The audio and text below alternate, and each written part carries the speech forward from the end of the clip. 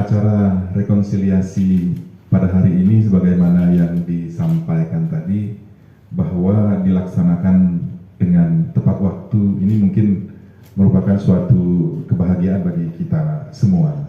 Dan tentunya kita berharap di semester 2 pun ini akan berjalan dengan tepat waktu juga.